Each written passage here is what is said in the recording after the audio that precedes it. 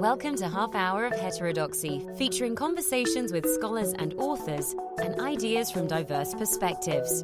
Here's your host, Chris Martin. This is a special 1-hour episode featuring Christian Gonzalez and Ian Storey. Christian is a research assistant at Heterodox Academy. He's a senior at Columbia University, and he has written for various conservative publications like National Review and City Journal. Ian is a staff writer for Heterodox Academy. He's a political scientist and a candidate for Masters of Divinity at Union Theological Seminary. Christian classifies himself as conservative. Ian classifies himself as liberal. In this episode, we'll explore whether it's possible to define conservatism and liberalism. I thought we'd start by talking about definitions of conservatism and liberalism that don't work very well. We talked a bit beforehand about this. So first, conservatism can be defined, or conservatives can be defined as people who like hierarchy or order as such. So Christian, do you want to take a stab explaining why you feel like that's inadequate? Yes. So not all people who would describe themselves as being on the right are motivated by a desire to preserve order. Some people on the right are perfectly willing to cause disorder if it means that they'll achieve some other value. In particular, for example, libertarians who propose that we abolish the welfare state are willing to deal with the disorder that would cause, but they care more about things like individual freedom and unleashing the power of the market than they do about order. So I wouldn't say valuing order as such places you on the right, but there are strains of conservatism that do place a high value, that do really value order more so than do most people on the left, I would say. So the Burkean tradition does care a lot about order, but it's not quite the best way to describe the right in general. I line up quite closely to Christian on this. I think it always gets slippery when you start talking about the fundamental values of conservatism, because like liberalism, it is a big tent. I think it's sometimes a lot more useful to track the way that what's being called conservative is working as a rhetorical device. Like what political work is it doing? So in this case, we want to say, if we're trying to deal with this question of, okay, are conservatives more interested in order and hierarchy? Well, look at what is almost inarguably the most successful deployment of the rhetoric of conservative versus liberal in the last century, which is Reagan's, building on Goldwater's, but Reagan's reconception of the conservative as principally committed to small government versus the liberal, who is the tax and spend, big government, big brother style of politician. If that were the case, and in some certain way, because Reagan's saying it in a very important way for 2+ decades made it so, then we have an understanding of conservative that takes as its ideological core a contrast with liberals who are more hierarchical, who are more invested in ordering the lives of individuals. So I always think that when we have a category that we can see demonstrably reversing what it means over what in political terms is a very short period of time, you're dealing with something slippery. So would it be fair to say that conservatives fear that society will descend into disorder or chaos if liberal policies are implemented? Yes, I think that's often the case. If you go back to Burke and you read what his fears about the French Revolution were, one big one was that he believed that the French revolutionaries had already caused disorder in France, and he was very worried about that. But also he believed that if their philosophy was taken up by people across the European continent and in the UK, then more disorder and more upheaval would arise. And you see this repeated over time with other conservatives fearing the result of the welfare state, for example, or the New Deal, etc. Yeah, if I could just pick up on that, actually, I think Christian is highlighting another one of those moments where you can't but see that something really strange is going on with this category, which is that I think if you look at the rhetoric of many of the major contemporary conservative figures, not least of all Donald Trump, you get this strange bifurcation kind of fever dream where liberals will simultaneously both create complete anarchy and chaos and a hyper-authoritarian state, right? Which are, in theory, antithetical things. Apparently, the left, and to be clear, we're going to talk about the fever dreams of the left on another, a little bit later, but apparently, within this categorization, liberals result in precisely the opposite things simultaneously. And I think that's part of the power of a category as a rhetorical device, right? Because it allows you to attach your opponent to pretty much anything that you know that your demographic deems bad. Yeah, if I could add something to that. If you look at a lot of leftist critiques of what they call neoliberalism, it's not my favorite term, but of neoliberal policies, that is like cutting down on social services, privatizing industries, etc. A lot of times their critique is that itself would cause disorder because it would, for example, dismantle state capacity. And in making the government useless or helpless, it throws people into poverty and it causes disorder. So that's another example of the category not being quite right. Yeah, absolutely. Absolutely. And the ironic flip side of that is that at the same time that neoliberalism, which is in theory a theory about the, sort of decoupling of state power and the market, at the same time that neoliberalism is being described as causing chaos and disruption, it is also, as a system, being described as something which is absolutely dominant and coming out of, internationally, a sphere of national and international governance in a way that is dominating peoples, right? So again, you have this double-sided discourse. Neoliberalism is both causing chaos and anarchy and causing a kind of weird market hyper-authoritarianism. So one definition of liberalism that I think both of you also find flawed is the definition that liberals are people who like state intervention as such. Yeah, and this does go back a little bit to that weird split between how the rest of the Anglophone world uses the term liberal, which is to mean people who support the free market, and how Americans use the term liberal. So we're in this weird linguistic clash of Reaganism versus Anglophilia. But, I think just historically, if you look at the movements that we most identify now with liberalism, I'm just going to expand that term a little bit to refer to the left instead. That's a whole another can of worms, but it's hard to actually talk about who liberals are in this country before arguably Nixon, certainly Goldwater, but that gives us a really small time slice to deal with.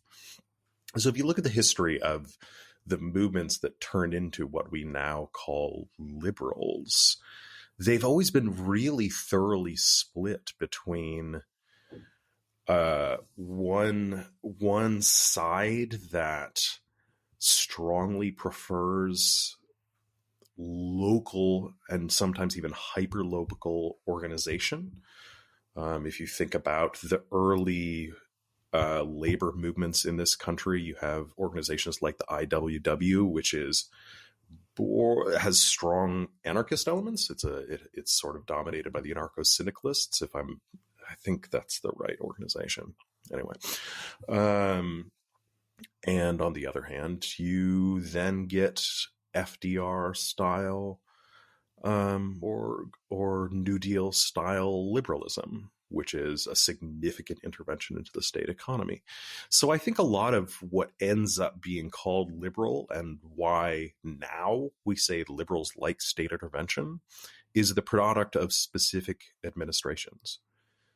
Certainly the version of liberalism that Reagan is talking about, to an extent, Goldwater, is using FDR as paradigmatic of what a liberal is.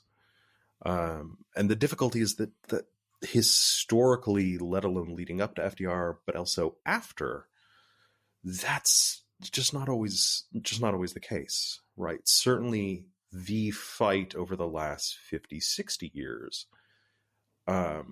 has been the degree of federal regulation in both economic and social spheres. But even within that, the lines aren't clean about who wants the state into what arena.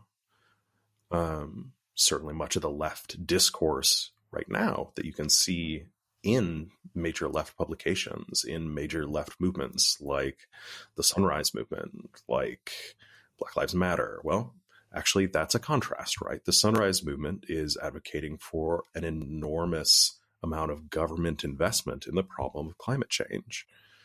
The Black Lives Matter movement's central issue is the excessive use of state power against specific groups of people in this country.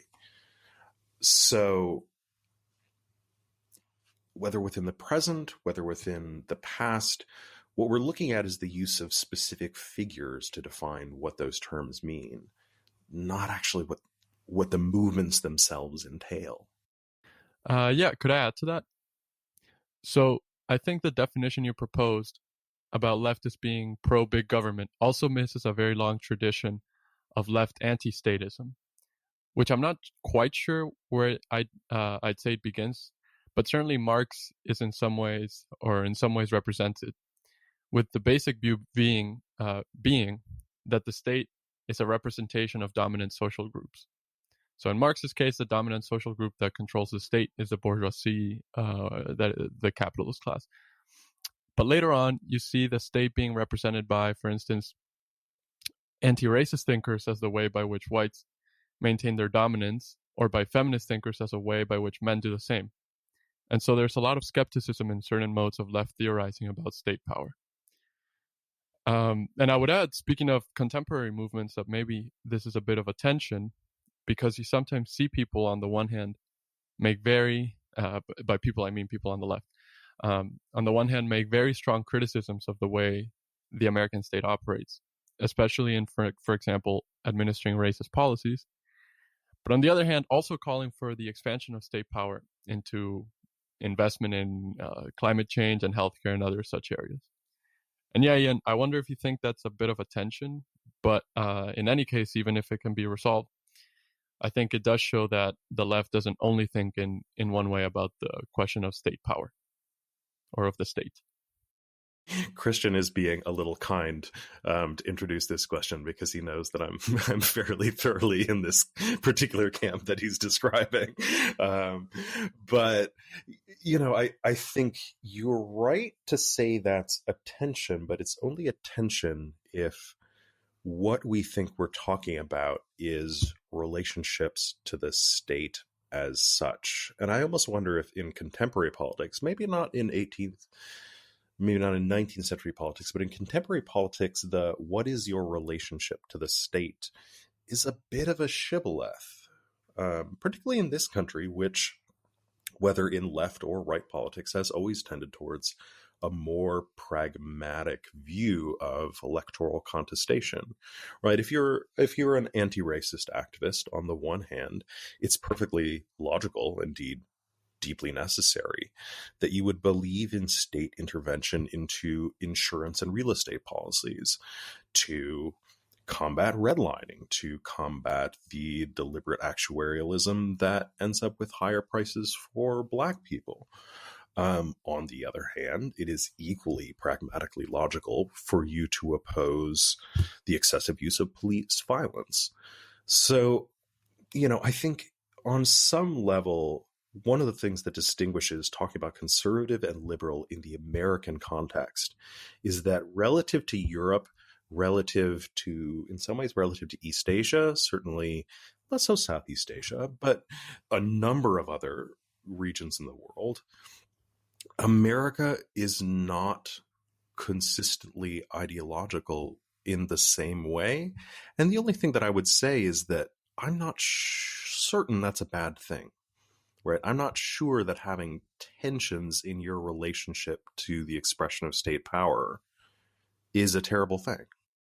So conservatives and liberals do seem to have a different set of beliefs about deservingness and who deserves certain rewards and by virtue of what. So conservatives often feel like some people deserve more rewards by virtue of their position in the hierarchy or in proportion to the effort or in proportion to the innovation that they've introduced. Liberals often feel like people deserve rewards if they are part of a community and things should be divided equitably. So that's one perspective. So Christian, to start off with you, how do you feel about the issue of just deserts and conservatives feeling like the problem with liberals is they want an unjust system of rewards? Well, in my reading of the conservative tradition, I don't think conservatives themselves frame the question of just desert as a question of just desert. So in the Burkean tradition, as far as I know, there isn't an explicit discussion of when the inequalities that arise in life are justly deserved.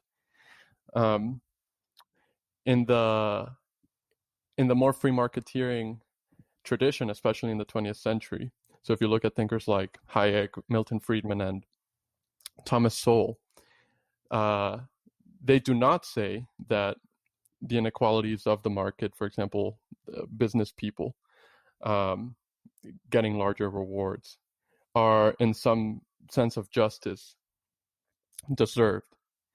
They think that it is a consequence of freedom, that freedom will yield inequality. They will say that, but they don't assign a sort of sense of justice to the inequalities that arise, at least not explicitly. So the question of just desert framed as such can maybe be a bit difficult in for the right. So Ian, what do you think about this issue? Yeah, I mean, I think I end up coming down, at least on my reading of the right, very similarly to Christian, although I might frame it slightly differently just because of my own perspective from the outset. I think that it is certainly true that conservative thinkers like Hayek, like Friedman, I would actually say Burke is quite different on this scale, but certainly in the sort of 20th century Hayek-Friedman school of largely free market understanding of what is or is not a just society, there's a division being made, right? Which is when Hayek or Friedman say, well, we're not interested in deservingness, just deservingness. What they're saying is that they're not interested in outcome-based justice, right? But what they're proposing is actually a theory of outcome-based justice. It's just that whatever the outcome is by definition just, provided that the market process is just. So my perspective tends to be that both conservative and liberals are operating under ideas of just deservingness. You see it in the conservative and the liberal rhetoric, contemporary rhetoric.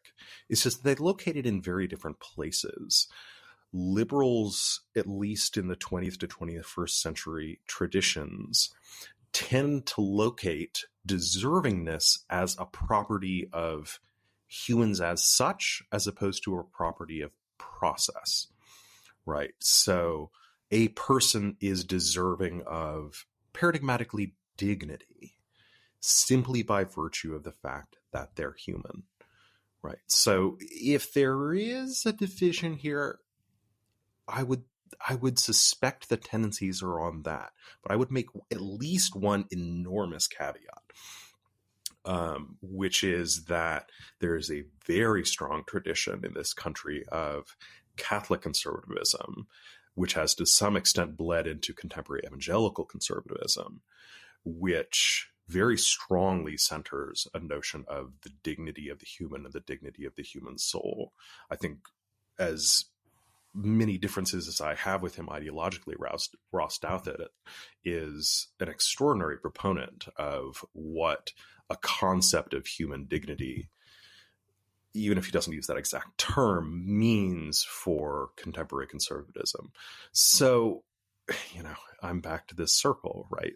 I can sort of accept a definition to begin with, but I'm also deeply uncomfortable with it because some of the conservatives right now, which despite the differences I have with them, I most admire, are ones who very much have a concept of human dignity.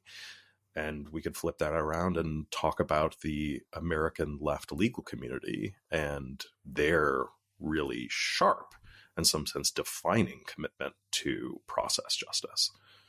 So if you look at people, I mean, to pick on, maybe it's an unfair target, but if you think of Ayn Rand, not a serious conservative thinker, but a lot of conservatives in America are fans of her. And a recurring theme in her fiction is some entrepreneur is very successful and then their just rewards are taken away from them by the government through taxation. And even in popular discourse, taxation, at least in America, conservatives complain that taxation is unfair because it takes your fairly earned wages and a proportion of that is stolen from you, so to speak. And even going back to Burke, there's implicit in Burke is the idea that the kings and monarchs are vested with some degree of magical divine authority that maybe we shouldn't question, but they deserve that power. And so it is not for us to disturb that order because it is just according to a divine plan. So in that sense, conservatives do seem to believe that there's this proportionality rather than equality is the key to justice. So, Christian, do you feel like Hayek may be an exception there? No. So let's see. So I agree that in popular discourse and in some forms of right-wing theorizing, there is in some forms there is a theory of just desert, which is, if you work hard, if you start a business and you get rich off it, that's perfectly just. And you see this in Ayn Rand, you see it in popular discourse. I don't mean to deny that. But I think, and this might be a bit maybe charitable, maybe too charitable, but I think the subtler thinkers on the right don't have a theory like that. And the reason they reject it, so again, like Hayek, like Milton Friedman and Thomas Sowell, they even lament in their writing, they lament how great inequalities are. But I think the subtler ones do not make a just desert claim because they know that it's a bit too crude to say that, a billionaire is billion or like however many multiples of times more deserving of what he has than an average person. As regard Burke, though, I think here again he's a bit more subtle than just defending the divine right of kings. I don't think that's what he's doing. In fact, he has a passage in the Reflections on the Revolution in France where he calls, I think, Robert Filmer or other theorists of divine right. He says that they're crude dogmatists, that it's not the case that you could simply assign ultimate sovereignty to a king by virtue of his being divinely appointed. So he rejects that. I think the reason he defended, in particular, the French monarchy, and the reason he was against English radicals saying that the only just basis for a government is democracy, is because he felt that if you made that theoretical move, you were rendering the English government that existed illegitimate and thus worthy of overthrowing. And he feared the disorder, the violence, the upheaval that the English public taking up that idea would cause. So again, I don't read him as just saying, well, the king deserves his place because he was divinely appointed. Okay. And Ian, one response I have to you is there's the tradition of individual dignity, but there's also a sense, maybe again, this is more American liberalism, but that every subcommunity in America is part of the larger community, and this deserves an equal part of the pie. So African Americans are a subcommunity, white Americans are a subcommunity, and so forth. And each of those belongs to one larger community. So it is unfair if one of them gets a smaller piece of the pie. So do you feel like the sense of community being different is also characteristic here?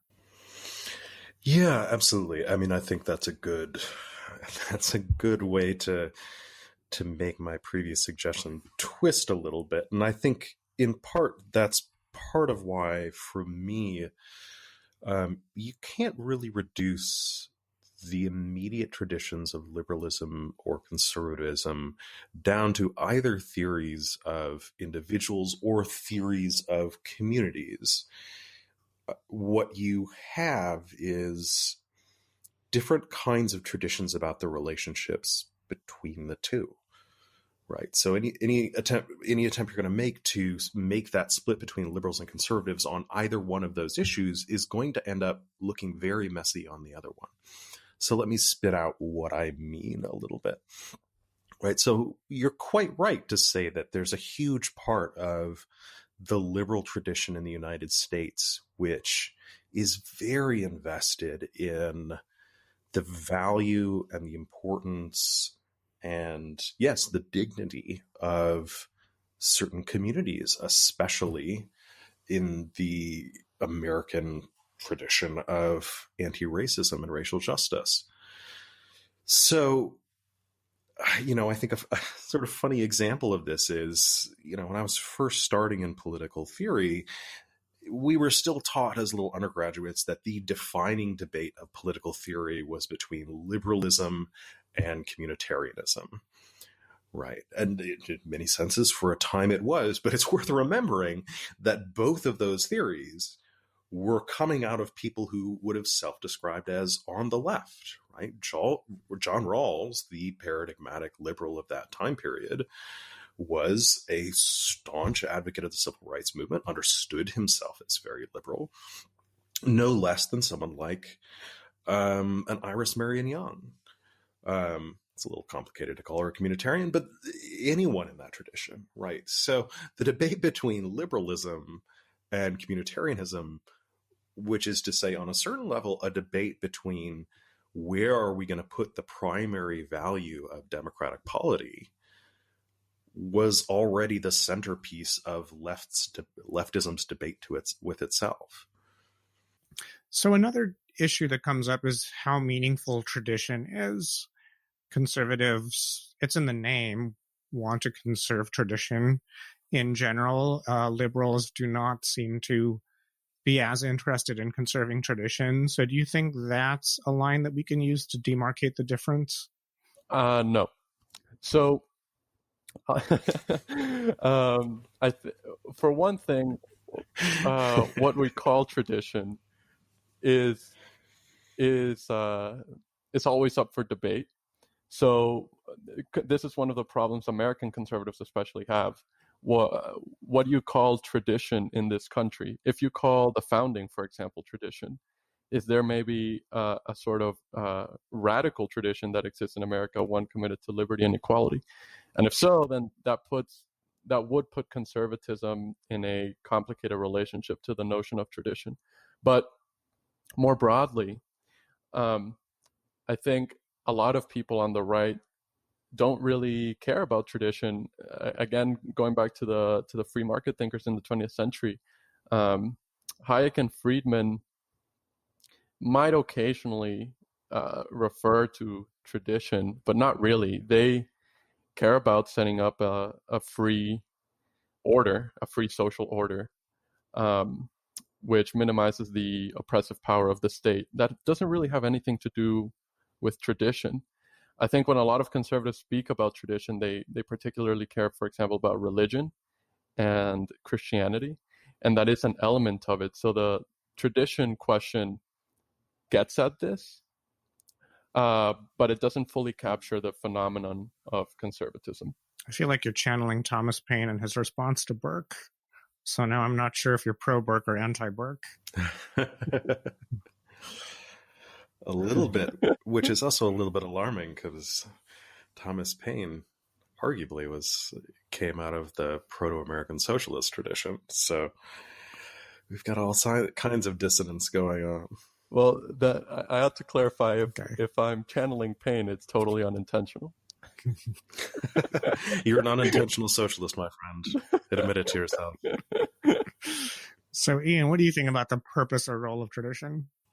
Yeah, so I think this is one where I'm more sympathetic to this attempted definition than Christian is. I agree that it's it's not going to be perfect. It's a partial piece of it, but I do think that there is something to conservatism as a kind of relationship to what role tradition has in politics, right? So I think Christian is right. Once you bring tradition into it, what you essentially have is you've got a war of what counts as traditional, what doesn't count as traditional, what is, one person's tradition is another person's radicalism. There is a radical tradition, right? But I do think that for a lot of right thinkers, and here I think actually the sort of the Hayek-Friedman school of conservatism is an outlier. It is. It's an extremely important outlier with huge impacts on Reaganism and neoconservatism. But in terms of conservative thinkers, but even more in terms of American conservative politics, there is a sense in which what role tradition has to play in the political sphere is an issue for conservative thinkers who are thinking about national politics in a way that historically it has not been as much in liberalism. Now, this is a place where I would make a very important distinction, which is, if I say that's true, it's true of national style liberalism, but it is worth remembering that there are a lot of the most important largely liberationist left movements, whether that's Black liberationism, especially indigenous liberation movements, which are very much centered on the ways in which contemporary American governance has decimated the ability of a given people to preserve their cultural and their communal traditions. So it's a moment where I think it works a little better on conservatism versus liberalism than it does on left versus right, if that makes sense. So, Christian, what do you think conservatives want to conserve? That's a difficult question. There's no easy answer to it because there are a million things. I mean, conservatives have written a million, especially in America, a million books and essays wondering what it is they or we are trying to conserve. But I really think it varies. I think and also going back to staying with the question of tradition, I think Burkean conservatives do have a more positive disposition toward things that we've been doing for a long time. That doesn't mean, though, that just because you've been doing something for a long time, it's right, and any challenge to it is automatically wrong. But it does mean that before you change something, you should reflect, and the sort of impulse is not to quickly tear things down. Whereas I would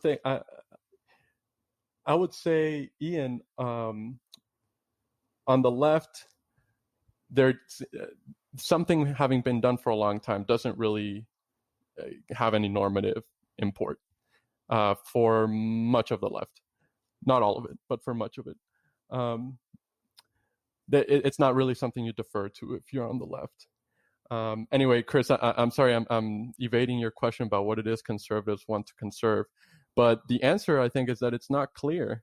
So, for example, there are a lot of American conservatives who try to be both libertarians and Burkeans. And I think in most cases it doesn't work. because if you are a libertarian, then you have a principled objection to much of the American state as it currently exists. You have a principled objection to the New Deal, to the Great Society programs, et cetera, I could go on, to much of the regulation. But if you're a Burkean, then you're skeptical of trying to destroy things, again, because of the disorder it might cause, even if the things that exist are not optimal. And so American conservatives are stuck in this trap where, well, they'll say, we want to conserve something about America, but at the same time, they want to tear down a great deal of the way the American state is set up. And I think it's just an internal tension that's not easily resolvable. And it's what's behind the inability of conservatives to articulate what it is they want to conserve in this country. I do agree that Hayek is different. I mean, Hayek famously wrote an essay called Why I'm Not a Conservative, because he wanted to differentiate libertarianism from conservatism. So there's that distinction there. One other thing we discussed ahead of time is consequences. So conservatives seem to believe that the long-term desirable consequence of conservative policies in a conservative government is the preservation of useful traditions, and we may not see what the purpose of those traditions is right now, but we will see what their purpose was if they're lost. Whereas liberals seem to believe that the long-term consequence of liberal policies and liberal government will be the emancipation of all individuals and all communities, such that everyone has the right degree of liberty and is an emancipated state. So let's start with Ian. Do you feel like that distinction is accurate? Yeah, so, as I said, I have a little more sympathy for the reading of conservatism as preserving some form of tradition than Chris does. So I'll let him address that a little bit more cleanly. I do think that that the description that you just gave of the relationship between liberalism and, I would say, between liberalism and liberation, right? There's a reason they're both derivative of the same Latin root, is one that's, particularly since the rise of the New Left, particularly since, I would say, the politics of the 80s, the concept of liberation, whatever the object of that happens to be, has become a core value of liberals. And there's an immense amount of internal contestation about what that means. And here I want to give Christian a little bit more slack to work with than the initial question might have provided, because I do wonder if there's a difference when we're talking about these things between an orientation and a specific set of goals. So what I would say is that it is probably fairly accurate to say that in the very diffuse grand coalition which constitutes something like what we call American liberalism, which is constantly fighting with itself and has never stopped doing so, the underlying orientation is towards something like liberation. There are different theories of what that constitutes. I will admit, in this set of questions, I've been very influenced by the various readings of these freedom traditions that comes out of Professor Neil Roberts' Freedom as Marinage. It's a fantastic book, highly recommended. But wherever you draw the sort of political theory of the different theories of liberation in liberal movements in the 20th and 21st century, it does feel like that is a kind of irreducible core of liberalism. They're going to fight about what liberation means. They're going to fight about what the outcome of liberation looks like. But the essential orientation sounds right to me. I will let Christian play with the idea of whether or not there is an essential political orientation towards conservation in conservatism.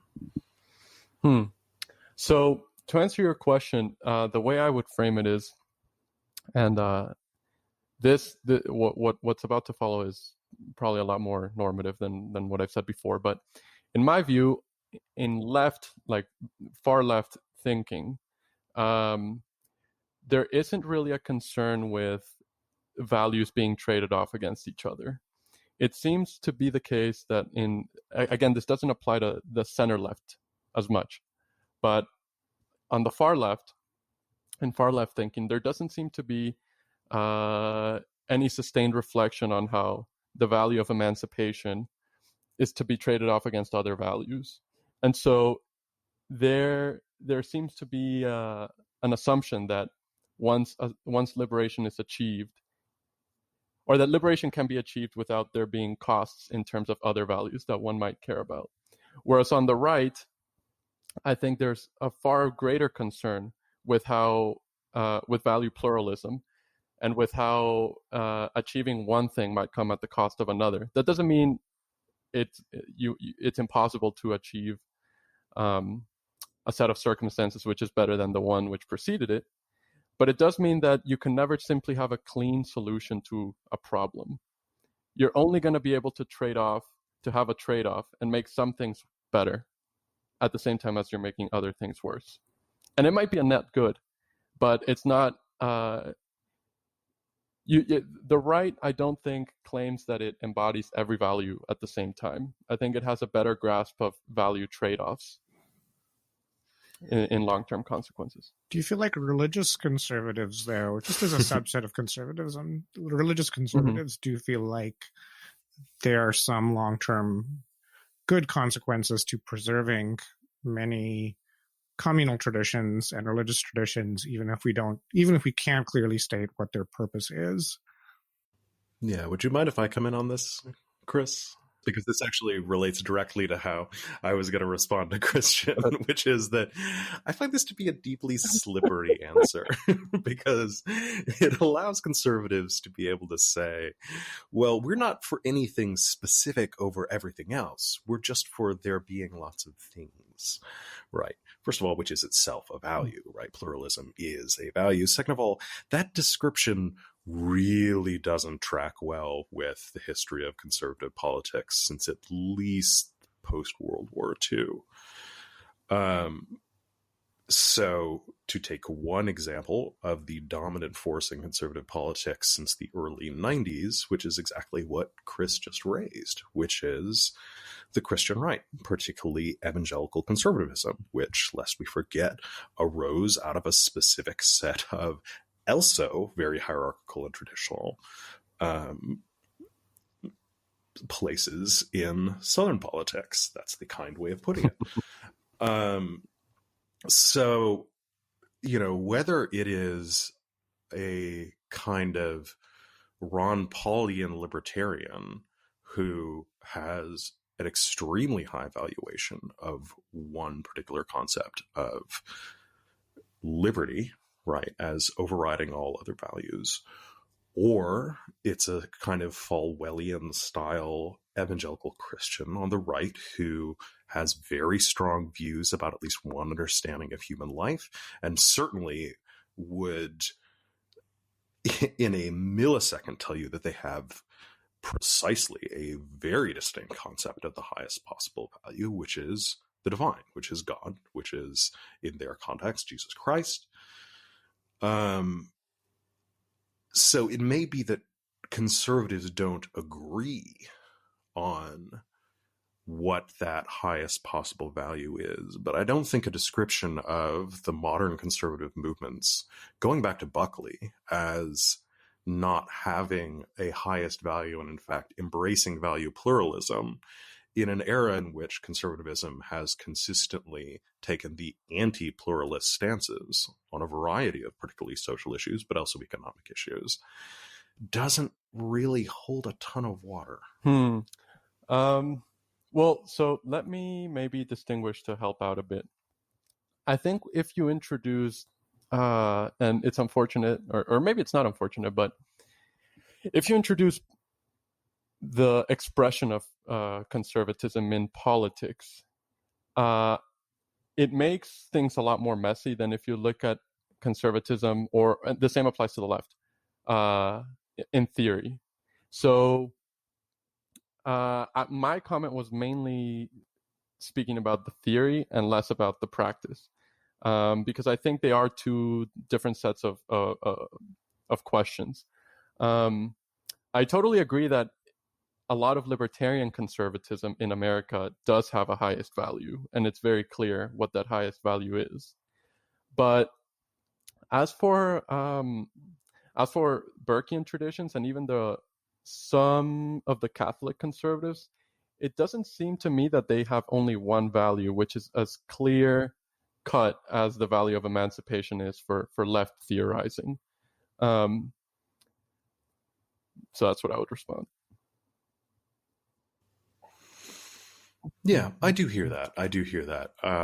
I think my resistance to that kind of move is to say that, you can talk about how something is in theory being different than how it plays out in practice, but how it plays out in practice is never an accident, right? It's a product of the internalization and the interaction between a set of conservative theories, if we want to call them that, ideologies, beliefs, whatever you want to call them, power dynamics in the world, but it's never going to be an accident, right? It cannot be an accident that, with the exception, arguably, of gun rights, right? We could talk about Second Amendment debates, maybe.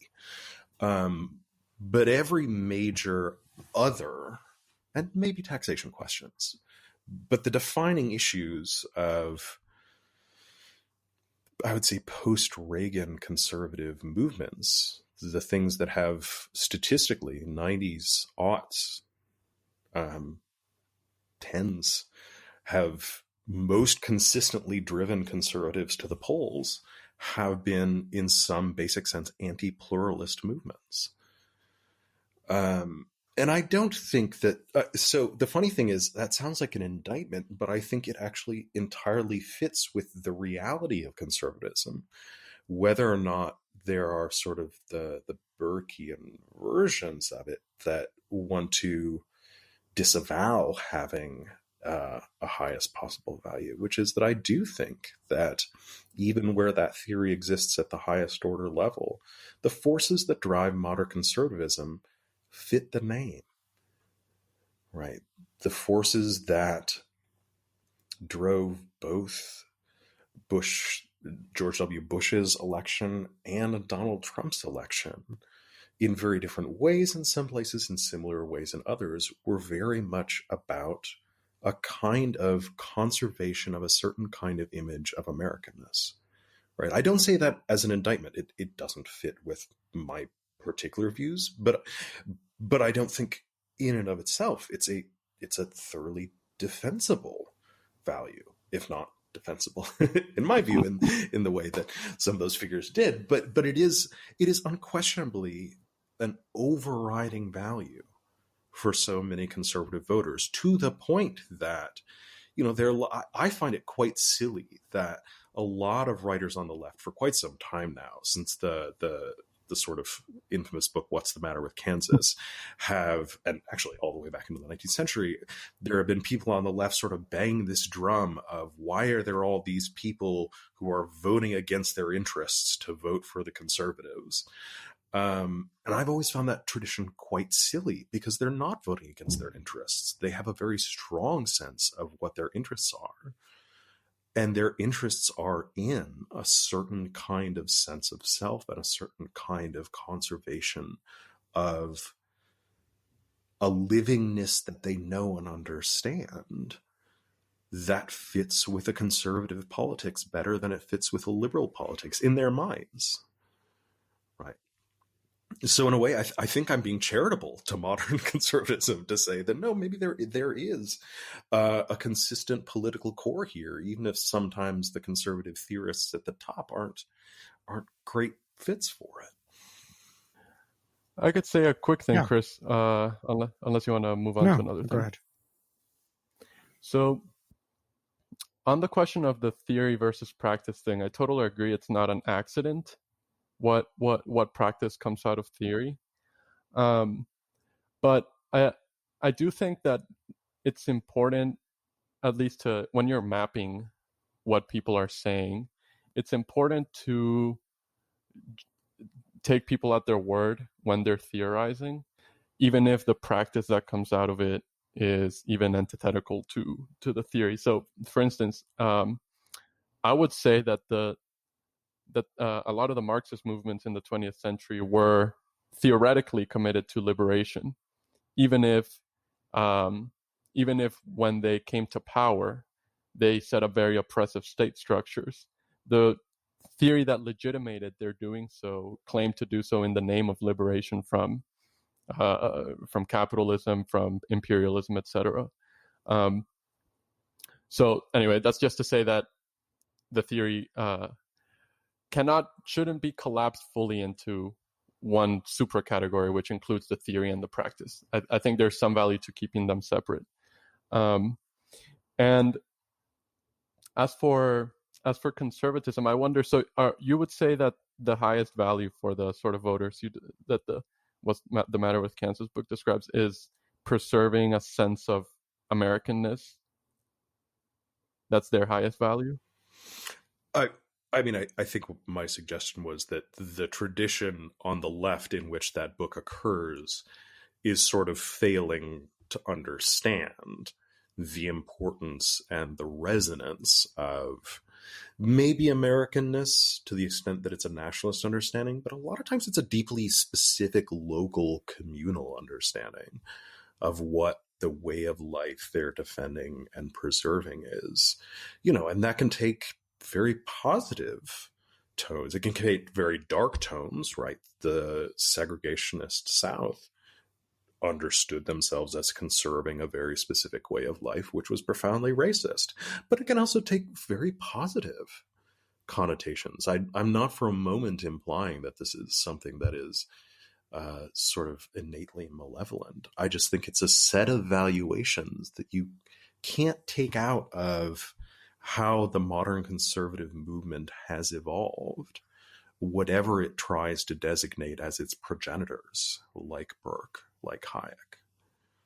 So, Christian, what would you argue is the long-term desirable consequence of conservative policies? It depends on the conservative you're asking. Are you asking what I think it is? Yeah, I'm asking what you think. Well, for me, I think it also depends what you mean by conservative policies. But as I think about it, for me, order is a very important value in my thinking, because I think order is the precondition for a lot of the other values we care about. And so, for example, freedom or prosperity. And so if I was the sort of philosopher king, I'm not saying I should be, but if I was, my policies would be geared toward incremental and slow improvements that allow us to maintain order even as we improve the state of society. That's my normative goal, I suppose. Oh, so for you feel like there would be chaos or disorder if we lost conservative values? In some cases, yeah. Okay. So I think, for instance, the left movement of our time, namely the social justice movement, has a lot of policies that I find disagreeable because, among other reasons, because of the threat they pose to social order. So, for instance, having an instinctively antagonistic stance toward the police is an anti-order commitment, in my opinion. That's not to say there are no good reasons to have an antagonistic, or that I think it's indefensible to have such a view. But I don't myself agree with it, and I think it's not conducive to order. Ronnie Janoff Bullman's conception is that at the communal level, what liberals primarily care about is social justice, and what conservatives primarily care about is social order. And libertarians don't really think about things at the communal level. They're focused at the individual level, which makes them a different category of people. So do you think that, maybe Christian, you can go first. Do you think that's a useful way of dividing this if you're trying to look for something succinct? I think that's pretty good. I might pick some bones, but I think that's pretty good. Ian, what do you think? Well, in our sort of crossfire style model here, I feel obligated to say, no, I'm just kidding. This is actually what I want to say, which is that I think that was a really interesting articulation, and I don't want to disrespect it, but I would want to problematize one specific thing, which in my view is kind of terminal, which is that I don't think that division of categories makes any sense. I think that social order is a form of social justice. And social justice is a form of social order, at least the ways that different kinds of social justice get articulated are forms of social order. And the reason why we have debates within the left on what social justice looks like, and the reason we have debates between the left and someone like Christian who worries about some of those commitments of the left, is because people have different concepts of what social justice and social order looks like. But they're two sides of the same coin. So I'm not sure that it makes any sense to say, for example, someone who is a staunch Burkean, Burke himself, doesn't have a concept of social justice. I think he has a very rich concept of social justice, which has to do with the ability to maintain one's sense of one's community, one's polity, and one's tradition. That is a sense of social justice. Right. So at the end of the day, I'm not sure that those categories make sense as a conceptual dichotomy. I think that they're profoundly interwoven. What for me is much more interesting is to look at how liberal movements and conservative movements navigate how they define those things, how they define order, how do they define freedom.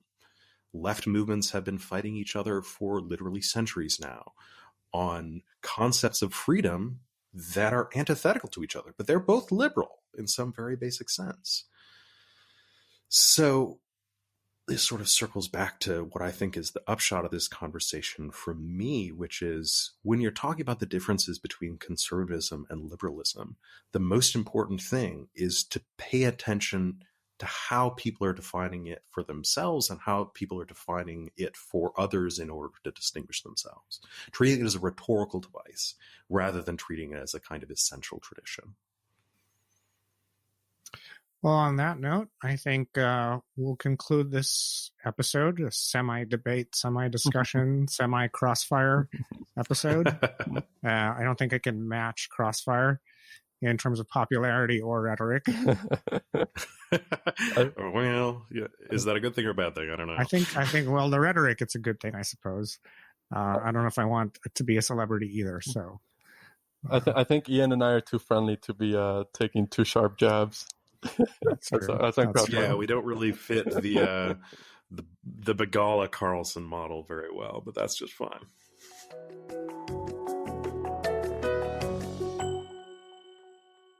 You can find essays by Christian and Ian in the show notes for today's episode. If you have any comments about today's episode, you can contact me at podcast@heterodoxacademy.org or tag me on Twitter at chrismartin76. If you enjoyed the show, please leave us a review on iTunes. It helps other people find out about the show. Thanks for listening.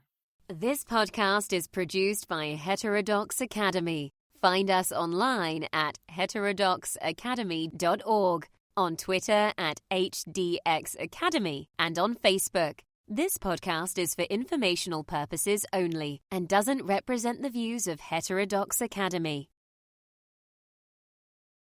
This podcast is produced by Heterodox Academy. Find us online at heterodoxacademy.org, on Twitter at HDX Academy, and on Facebook. This podcast is for informational purposes only and doesn't represent the views of Heterodox Academy.